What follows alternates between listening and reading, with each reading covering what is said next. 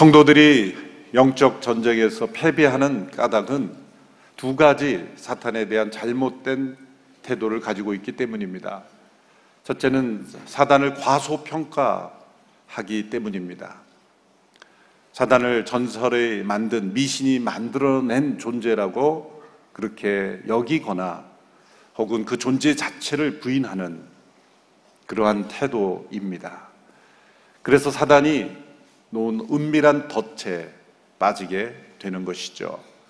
과학이 발전하면서 사람들은 영적 세계에 대해서 점점 더 둔감해집니다.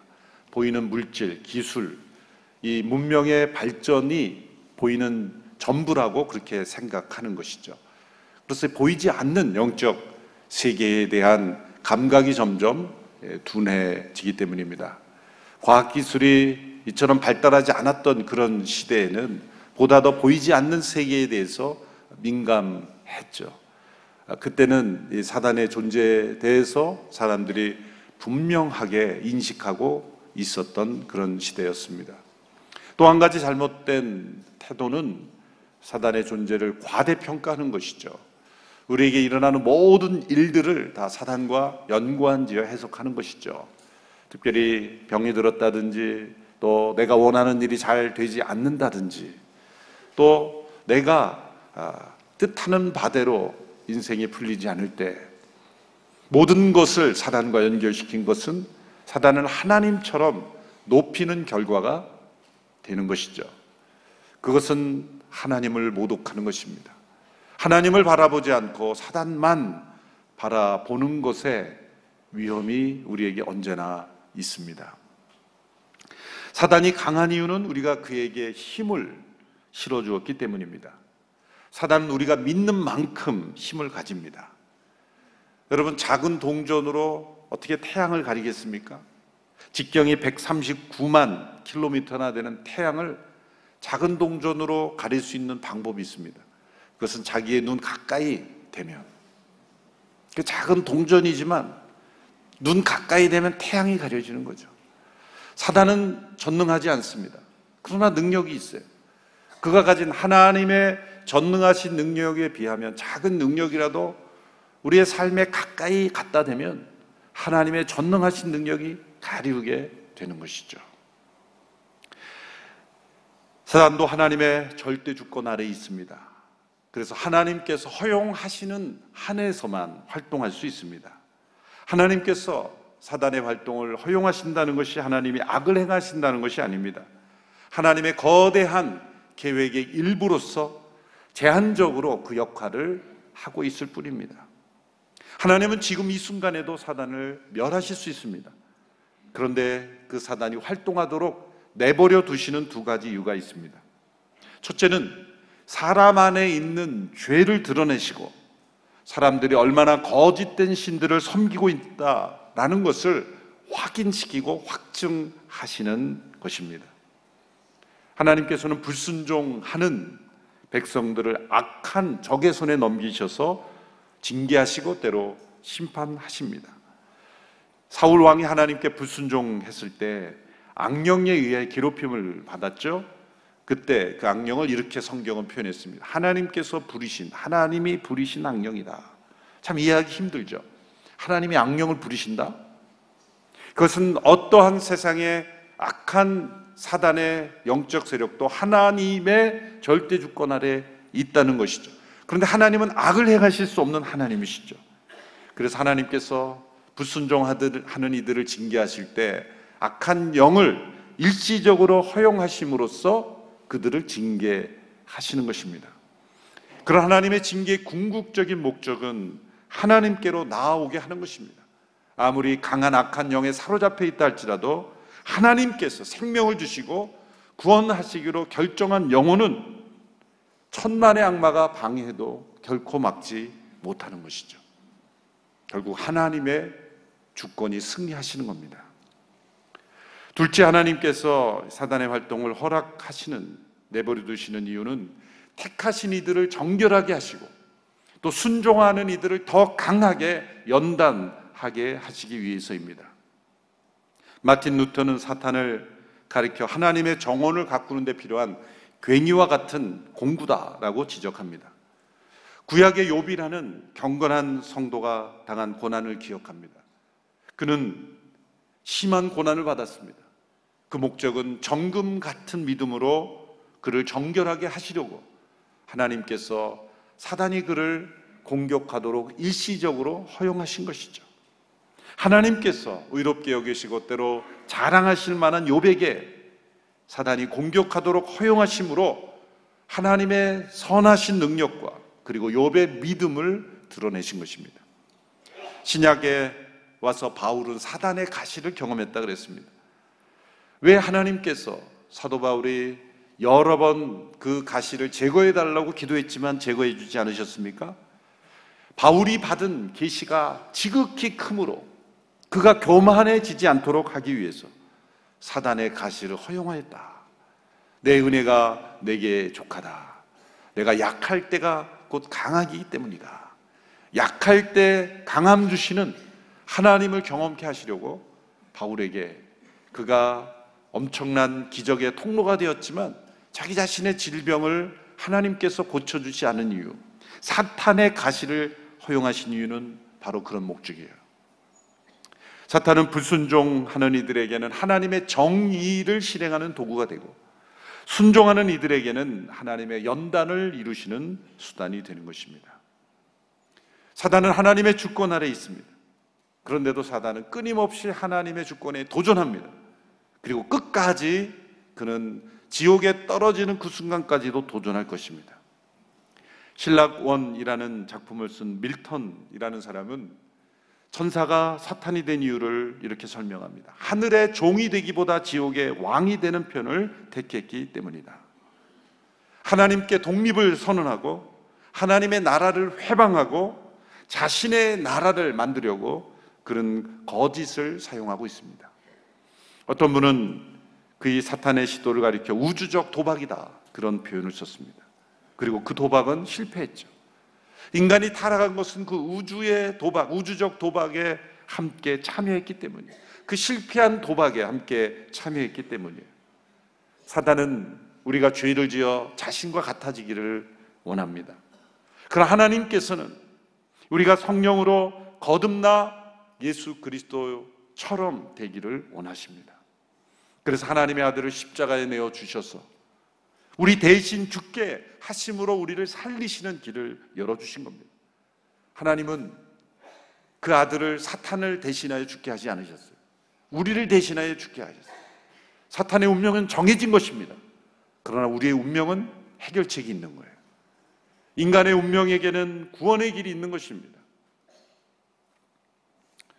예수님께 세상에 오신 것은 이 사단의 나라를 무너뜨리고 사단의 포로된 이들을 하나님의 나라로 인도하시기 위함입니다. 요한일서 3장 8절의 말씀을 같이 한 목소리로 함께 읽겠습니다. 시작.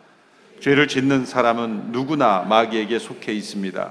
마귀는 처음부터 죄짓기를 일삼아 왔기 때문입니다. 하나님의 아들이 나타나신 것은 마귀의 일을 멸하시기 위한 것입니다. 죄를 짓는 사람, 죄 가운데 태어나고 또 죄를 짓는 모든 이들은 다 마귀에게 속해 있다. 왜? 그 죄를 짓는 그 순간 자체, 그 본성 자체가 마귀가 이용하는 도구이기 때문이죠. 하나님의 아들 예수 그리스도가 세상에 오신 것은 마귀의 일을 멸하고 하나님의 나라가 임하도록 하시기 위함입니다. 그 사탄에 대해서 무지하면서 하나님의 나라를 이해하고 경험할 수 없는 것이죠. 하나님의 나라가 임한 곳에는 반드시 사단의 세력이 떠나가는 일이 있게 되는 것이죠. 죄를 이용하고 우리를 죄를 짓게 하고 또한 죄 가운데 있는 이들을 사용하고 하나님께 불순종하는 이들을 통해서 자신의 나라를 확장하는 사단의 나라가 떠나가게 되는 것입니다. 예수님께서 귀신들을 많이 내어 쫓으셨습니다. 그것은 하나님 나라가 임했다는 그 하나님 나라의 실제를 사람들에게 보여주신 사건이죠. 실제로 하나님 나라가 우리 안에 임하면 내 안에 있는 거짓된 영들, 또 사단의 종로로 타던 죄의 습관들이 떠나가고, 그리고 하나님 나라가 내 안에 임하면 사단의 영향력이 떠나가는 거예요. 예수님께서 귀신을 내쫓으시고 병을 치료하시고 고치시는 것을 보고 바리새인들은 그가 귀신의 왕, 곧 사단을 힘입어서 귀신을 내쫓는 것이라고 예수님을 모함했습니다. 선한 것을 악한 것이라 거짓으로 모함하는 거죠. 얼마나 어처구니 없는 거짓말입니까? 선한 역사임이 너무나 분명함에도 불구하고 이를 악한 영이라고 그렇게 모함하는 이들, 예수님에 의해서 큰 능력이 나타났다는 것은 부인할 수 없으니까 그 능력이 하나님께로부터 왔다고 인정하면 예수님을 믿고 받아들여야 하니까 악한 영으로부터 나온 것이다, 귀신의 왕의 힘을 힘입어 귀신을 내쫓는 것이다, 그렇게 부당한 모함을 했습니다. 종교개혁이 일어났을 때도 이런 종교개혁자들을 이런 부당한 비판과 거짓으로 로마 교황청이 그렇게 모함했죠. 예수님께서는 이들의 악함을 드러내시면서 몇 가지 비유로 교훈하십니다. 오늘 본문 25절, 26절의 말씀 같이 읽습니다. 시작. 예수께서는 그 생각을 아시고 그들에게 말씀하셨습니다. 어떤 나라이든지 서로 갈라져 싸우면 망하게 되고 가정도 서로 갈라져 싸우면 무너진다. 사단이 사단을 쫓아내면 사단이 스스로 갈라져 싸우는 것인데 그렇다면 사단의 나라가 어떻게 설 수 있겠느냐? 예수님께서는 사단에게 나라가 있다 말씀하셨죠. 그렇죠? 사단의 나라. 사단도 공동체를 이룬다는 거예요. 사단도 서로 협력한다는 거예요. 사탄도 최대한 안 싸운다는 거예요. 사랑과 우정으로 안 싸우는 게 아니라 탐욕으로 안 싸우는 거예요. 이 악한 이들이 서로 지독하게 뭉치는 나라가 있다는 거예요. 거기에도 어떤 체계적인 질서가 있다는 거예요. 서로 명령하고 그 명령을 수행하는 그런 체계적 영적 실체가 존재한다. 사단의 나라가 있다. 그리고 그 사단의 나라는 내분을 일으키지 않는다. 우리가 도전받아야 돼요. 사단의 나라도 내분이 안 일어난다. 그런데 하나님의 백성들이 내분이 일어난다. 이거 도전받아야 돼요. 사단의 입장에서 이 부와 마귀를 코치하는 그런 시각으로 쓴 C.S. 루이스의 유명한 책 스크루테이프의 편지가 있죠. 스크루테이프는 이제 그 마귀의 일종의 이름을 붙인 거죠. 근데 왜 이름인가? 그 책을 보면은 그냥 가장 고약한 이름 그냥 불려지는 대로 붙였을 뿐이다. 그런데 이 조카 워무드라는 그 마귀를 코치하는 내용이죠. 그 편지가. 그래서 그 책은 굉장히 조심해서 읽어야 돼요. 은혜 받으려고 막 읽다 보면 이상해져요. 그래서 그 사람이 그 서문에서 그런 얘기를 썼어요. 2차 대전 중에 그 책을 썼는데 자신이 그 책을 쓴 이유가 저는 읽어보지 않았습니다. 괴테의 파우스트라든지 이런 문학가들이 너무 악마를 미화시키고 악마가 무섭지 않은 것처럼 또 악마가 그렇게 절대적인 그렇게 우리가 함께 할 수 있는 존재처럼 그렇게 미화한 것을 보고 자기가 너무 안타까워서 그걸 쓱 텄다는 거예요. 그런데 그걸 쓰는 동안 자신이 악마의 마음을 상생해야 되니까 그 자기의 마음이 비틀어지고 영적 경련이 오고 나중에는 질식화 정도가 됐다는 거예요. 그래서 그 책은 가끔 참조로 해야지 은혜 받겠다고 큐티하듯이 읽으면 이상해지는 거예요. 그래서 그 책이 참 아주 신비한 책입니다. 예수님께서는 그들에게 이렇게 다시 도전하죠. 너희 말대로 내가 사단의 힘을 빌어서 그 사단의 졸개 노릇하는 귀신들을 내쫓는 것이라면 사단의 나라가 붕괴돼야 되는 거 아니냐. 사단도 그런 짓 하지 않는다. 도리어 예수님은 사단보다 더 힘 있는 자로 그들을 내쫓으시는 것이다 라는 교훈을 주셨어요. 28절 29절의 말씀을 함께 읽습니다. 시작. 그러나 내가 하나님의 영을 힘입어 귀신들을 쫓아낸다면 하나님 나라가 이미 너희에게 온 것이다. 사람이 먼저 힘센 사람들을 묶어놓지 않고서 어떻게 그 사람의 집에 들어가 물건을 훔칠 수 있겠느냐. 묶어놓은 후에야 그 집을 털 수 있을 것이다. 이 비유를 읽으면서 당황스럽게 여겨지는 것은 예수님께서 자신을 도둑으로 비유하신 것처럼 보인다는 거예요. 사람이 먼저 힘센 사람을 묶어놓고서 그 사람의 집에 들어가 물건을 훔칠 수 있지 않겠느냐. 묶어놓은 후에야 그 집을 털 수 있을 것이다. 그러니까 예수님이 행하신 일이 마치 도둑처럼 그렇게 비유한 것처럼 보입니다. 그럼 예수님이 도둑이시라는 말인가? 여러분, 만일 그 집에 있는 물건이 악한 자가 악으로 그 물건을 탈취해서 그 집의 소중한 물건을 가지고 있다면, 그리고 그 악한 자의 집에 들어가 그 소중한 선한 이의 물건을 되찾는 일을 한다면 그 사람을 도둑이라 할 수 있을까? 만일 악한 자가 사람들을 힘으로 가둬놓고 납치해서 착취하고 죽이려 하고 그리고 그들을 협박하고 있다면 그 집에 들어가서 그 힘센 악한 자를 결박하고 그리고 그들을 구원하면 그를 도둑이라 할 수 있겠습니까? 우리는 그런 사람들을 선한 군사라 이렇게 부르는 거죠. 악한 자의 집에 사로잡힌 영혼들을 구원하기 위해서 악한 자의 집에 공격해 들어가 힘센 자를 먼저 결박해 놓고 사로잡힌 이들을 구출하는 특공대, 예수님은 특공사령관으로 세상에 오신 거예요. 예수님은 사단을 강한 자로 말씀하셨지만 그 예수님은 그 강한 자를 결박할 수 있고 구원하실 수 있는 더 강한 자다 말씀하신 거예요. 사단은 그래서 그리스도께서 오셨을 때 그분의 역사가 임하지 못하도록 방해했죠. 회방했죠. 그리고 공격했죠. 태어날 때 베들레헴의 헤롯을 통해서 그 영아들을 다 죽이게 학살하게 했죠. 유혹을 통해 넘어뜨리려고 했죠. 가룟 유다를 통해 배신하여 악한 이들의 마음을 자극해서 십자가에 못 박아 죽였습니다. 모든 계획이 끝나는 줄 알았어요. 그것이 사단의 한계예요. 사단의 한계는 그 마음속에 사랑과 희생과 용납과 용서와 화목의 그 마음이 없기에 죽임은 끝나는 줄 알았습니다. 그는 십자가를 통해 하나님의 온 세상을 구속하시고 거룩하지 못한 자들을 의롭게 하시는 용서와 사랑으로 회복시키시는 하나님의 능력을 깨닫지 못했던 거예요. 자기가 승리했다고 생각하는 십자가가 자신이 영원히 패배하는 십자가가 될 것은 알지 못한 거예요. 알지 못한 거예요. 부활의 날이, 부활의 영광이 십자가 뒤에 기다리고 있었다는 것은 사단이 알지 못한 거예요. 골로새서 2장 15절 말씀에 십자가로 권력들과 권세들을 무장해제시키시고 그들을 공개적인 구경거리가 되게 하셨습니다. 예수님께서는 하나님 나라를 무너뜨리고 하나님의 백성들을 사로잡는 이 사단의 권세를 십자가로 이기시고 무장해제시키시고 그리고 승리하셨습니다.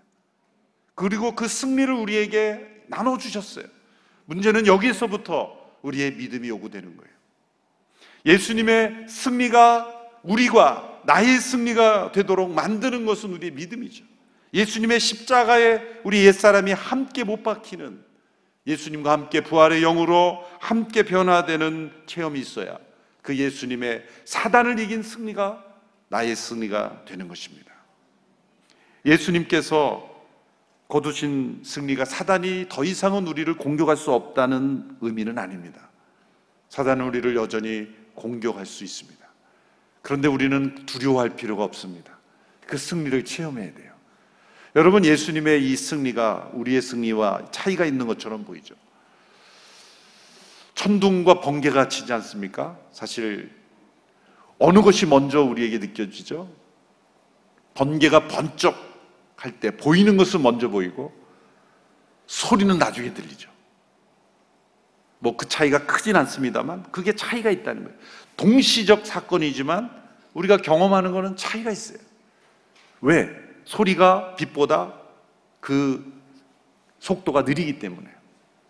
예수님의 십자가의 승리가 우리의 승리가 될 수 있는데 지금 이 소리가 들려오고 있는 거예요.